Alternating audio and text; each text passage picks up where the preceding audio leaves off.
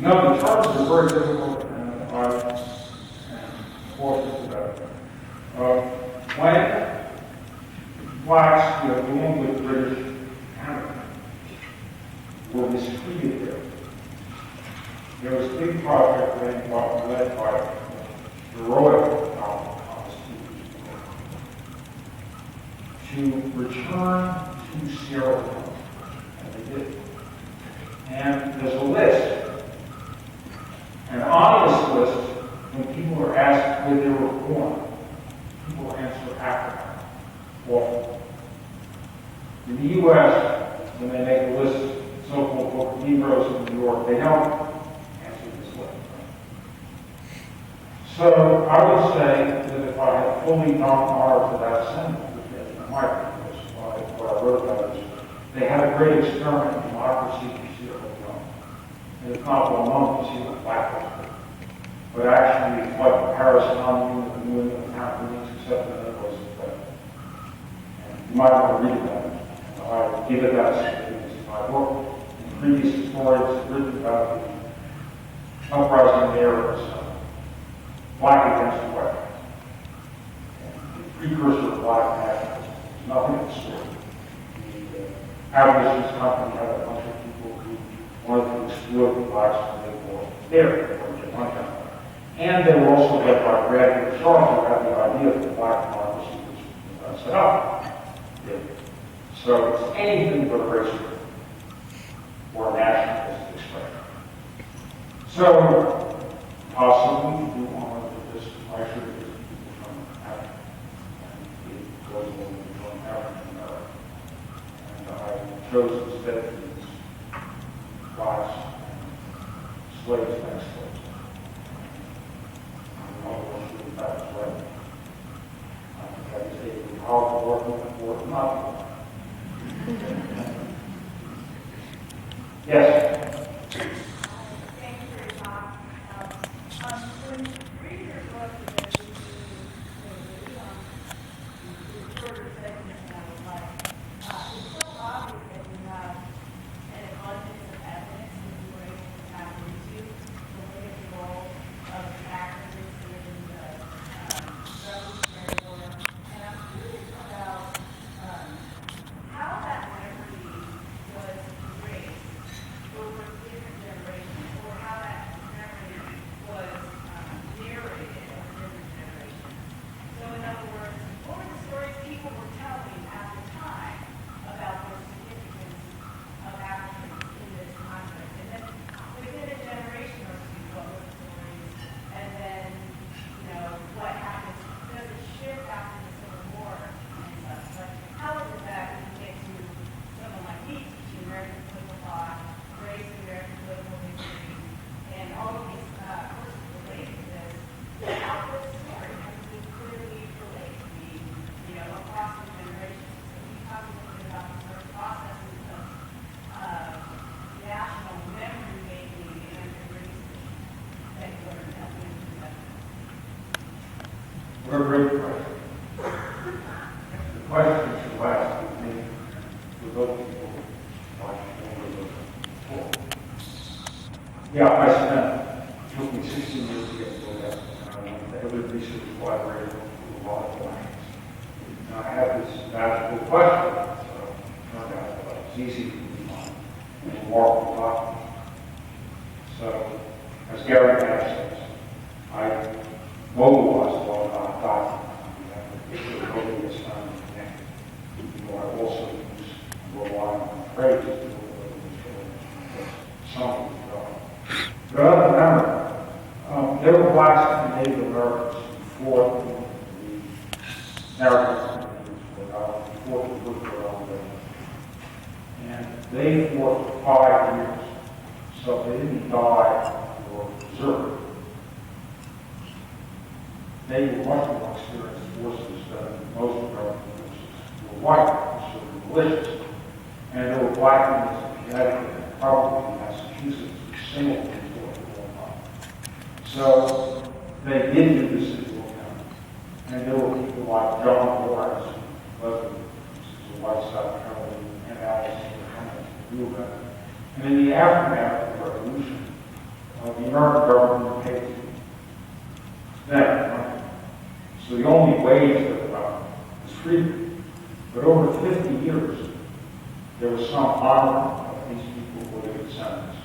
given monetary compensation and land, and people sort of the story. Although, really, what I've discovered, and close to discovered, is, for example, in Margaret, there are a lot of blacks coming to the American market, say, a whole bunch.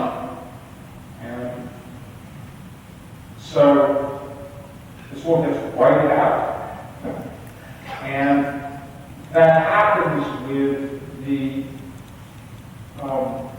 decision that really those from the North would not fight for the South to give up slavery. Nash says that it's quite likely that they put pressure to do so because of the state of the long way. I think this is quite likely. They need protection against Creek Indians, they need the federal government. Probably they could have been persuaded to have radical emancipation. There was significant movement even in the South. John Lawrence was a weak South Carolina. So I talk about this. And then what happens is two things. The racism takes over quite intensely and develops. Slavery becomes more profitable, of course. And at the same time, there's an abolitionist movement developing in the world. And some leaders of it, particularly the Civil War purpose, are black. And they write a lot about this. And they write particularly about blacks who fought on the American side. And you can find a lot of the stories about this. And they allude to how many fought on the British side, but they kind of try to stress that because you're trying to get the Americans to free slaves. So if you point out too much that it was the British who freed most of the slaves. That's not going to be good. So they also write it out in history. Even though the books are very good. Called that George Whittle book, a really fine book. And there's called Patriots of the American Revolution. This is the one leading them. It's one that's really good. And many of these books are much more written than the works of later writing historians, most directly. And then you go through a whole period of time where there's the re-enslavement of black people through the prison system under segregation and on other stuff. Slavery by other films about this, and they're what they did. And how we got to when I was growing up, really, it was natural to be sympathetic to civil rights, and I went on a freedom ride in Chestertown, Maryland in 1961. I was here at Harvard, and the week before the March of Part of Woolworths, we had an attack by the sheriff and mob, and we went into the front of the glass window of Woolworths. Hospital. Someone was going to see her. And he was pretty intense. And that was her. So I was born on Freedom Summer in 1964. It was anything I didn't know about asking. And I almost wanted to go by myself. Because I really wanted to go by. The reason I stopped myself was it wasn't as a city place. And what I saw, we all felt good. They told us the bus going down to march at the attack, which was scared to tell us before, so we moved up. And we all went. And we got on the bus and went back. And boy, we were really happy because we had done the right thing. And we had suffered no losers. Somehow we had passed through. And frankly, it wasn't clear to me when I went on through the summer. That was like it. And the truth is that people who went on through the summer knew that death was in the water. And when Andy and Mickey Schwarm and Jerry Shane disappeared, Vincent told us the story that they were in Palestine, and ended up sitting civil rights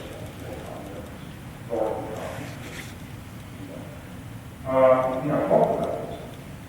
Since then, there's been a revival in this history.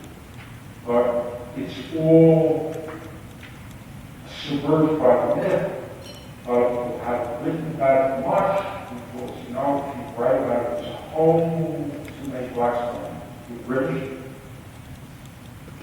And peculiarly enough, it's the American side of this story, which is really the underdeveloped side, as I discovered, right by the man, let alone, American history is national, so it's not very national.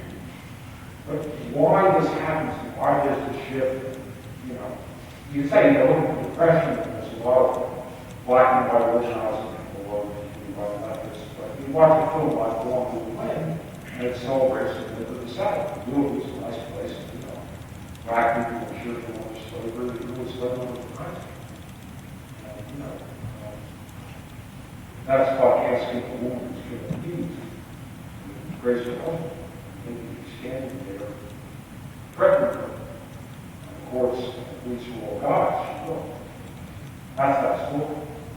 But you want to know slavery, it's something else. So anyway, the question you asked, in many ways I can't fully answer, but there's a whole political history of this, and even on the left, for a whole variety of reasons. I should try to say that just two things to follow here. There is work, particularly by, well, Herbert Adcock is a white historian who wrote about Negro slavery in the Communist Party. And Peter Wood was on a great book here to do. He was warned out to do Adcock stuff in the Cold War. Nobody quite said that. And then he found out about one black people who read Adcock's book. He said, I was amazed. He had discussed every one of them, or several, all one. This is a really good book. And by the way, what the slaveholder said is a lot like Ronald Reagan discussing riots in American cities. It's touching. There's Benjamin Quarles, before the college, who wrote Negro in the American Revolution is still the gold standard for scholarship. The books on the stuff. And Vincent Harding, there is a river. You want to read a viral book, 30 years old now. There is a river is that book. And there are many other stories which are part of this. But even so, nobody quite got on this issue of the competition of the American British forces with troops and how it led to freedom for so many, and how it could lead to freedom all over. And we don't look at America in comparative context. So if you ask about the revolutions of black and brown people in the South, the independence movements, what did they do about slavery? Well, in San Juan, slaves made Haiti, so independence and emancipation were one. And in Venezuela, Bolivar was losing to Spain, and he went to the Republic of Haiti to divide the and he got support in exchange for declaring gradual emancipation. And every movement for independence elsewhere in the hemisphere, gradual emancipation of slaves occurred.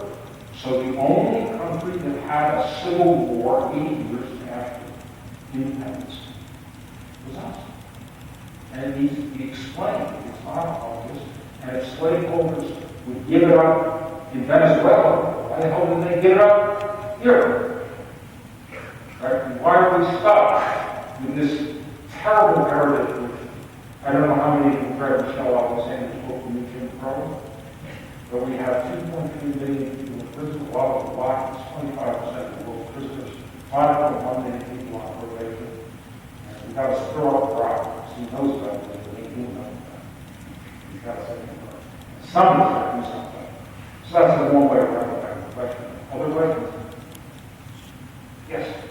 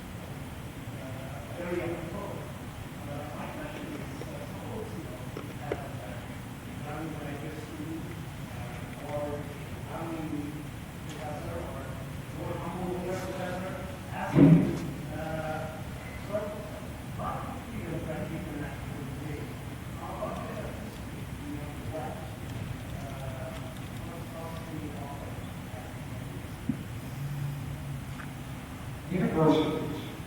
Repeat the question, please. What kind of history do we give today for distributing democratic internationalism? Many guys. Look, universities have often been initiated by trustees who are wealthy. Sometimes even in the case of Brown University, John Brown founded was a revolutionary. He was a slave owner and trader. And so there's some knowledge that there are certain things you can say that will receive favor if they aren't too critical. And I think the other way to look at it is just this. We are lucky to be seeking the truth and to be employed to seek the truth and to talk to people and talk about things that, if painful, are nonetheless true. And the fact is that we can make realities new. The civil rights movement was a great force, made it our reality. And we would not have Barack Obama as president without the sacrifice of my friend. And one of the things that I think is that there are a lot of things that are available for us to ask questions and do it. And the fact is that many more people have done something about these things, tried to do something about these things. And as did Alan McBride. It was a private. He said, this is bad. He wouldn't shut up about it. So the information got out. Often it is the case that people who seek the truth in any area of public life and do very significant things. And of course, you don't see the truth so much, because like the Socrates, that's so well. You see the truth, right? Or let's put it this way, we all know about Socrates because he saw the truth. But he didn't come to a happy end exactly because he saw the truth. So that's a parallel to the truth. But most people are, like one of the wonderful things is there is no prejudice against gay people in Jesus. This is dying out. And it will be Barack Obama's presidency which puts the death sentence on this horror in the United States. And right now, the Boy Scouts will change it. Right now. Boy, that's good. It's good political advice. Right? Hey, Hillary might be president. And if she ain't president, the fact is these barriers are going to come down. Well, I remember when this movement started out, and I remember being in social studies with two very nice teachers at Harvard, and there was one woman suggesting in the class, and the follower of Max Weber, German historian and church springer, called her our little Miss Radcliffe. Right? So, man, I'd like to see this change. And the fact is that there were also folks on that trip who saw what was happening in the Palestinians. And as in the case of Mr. Obama, does their point was, he wants to save Israel. And the people who run Israel are crazy against the interests of most Israelis. And the stuff that they're brewing up will not help anyone. And that needs to be said here, said pointedly. Used to get attacked for saying these things, bring up global wisdom. But now, there are fewer show nails about Michael Romney and Netanyahu. 80% of these voted for Romney, not Romney. The second only blacks. And most Jews didn't like the idea of Romney Rock, which was the Netanyahu peaceful. So I would say, you might still do it, but it isn't true. And so I think it's hopeful. Oh, it's not. One more question.